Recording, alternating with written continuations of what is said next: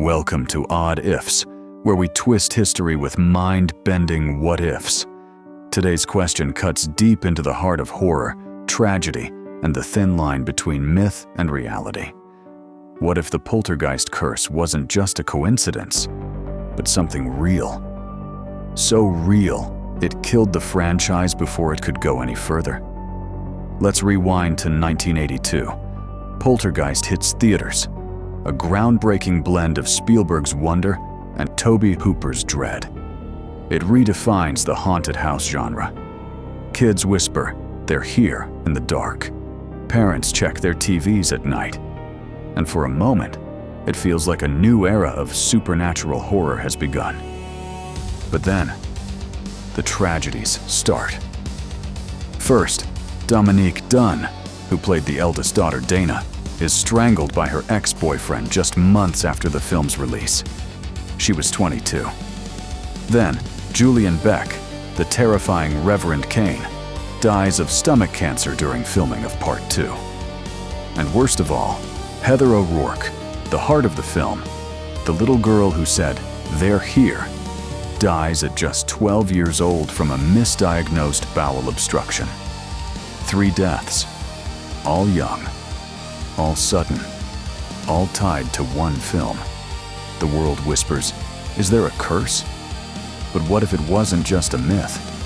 What if the Poltergeist curse was real?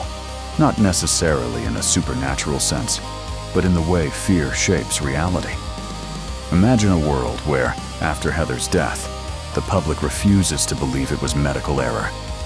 They say the film took her, that the spirits in the story weren't fiction. They were invited in. And so, the franchise dies. No Poltergeist 3, no reboots, no remakes, because no studio wants to touch it. No director wants to be associated with it.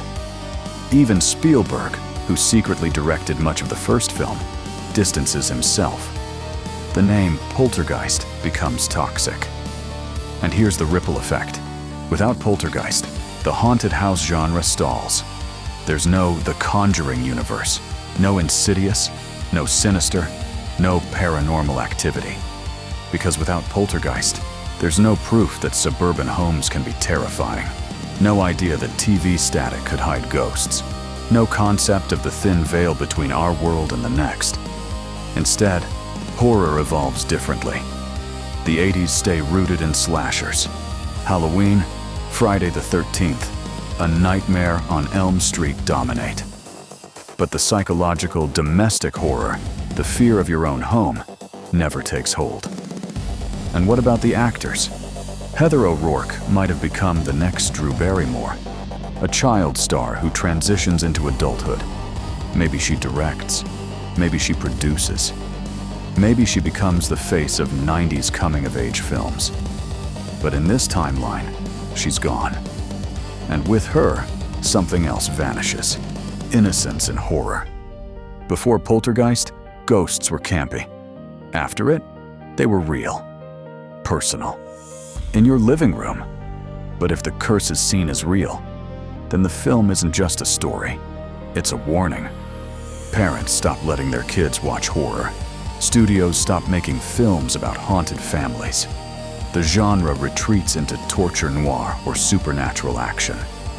Even Stranger Things might not exist, because without Poltergeist, there's no blueprint for kids versus interdimensional evil.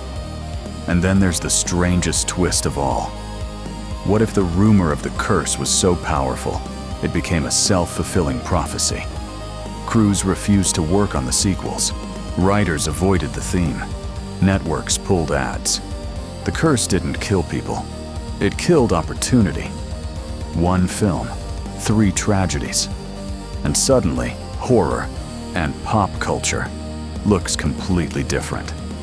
So what do you think? Was the Poltergeist curse real? Or did we create it by believing too much?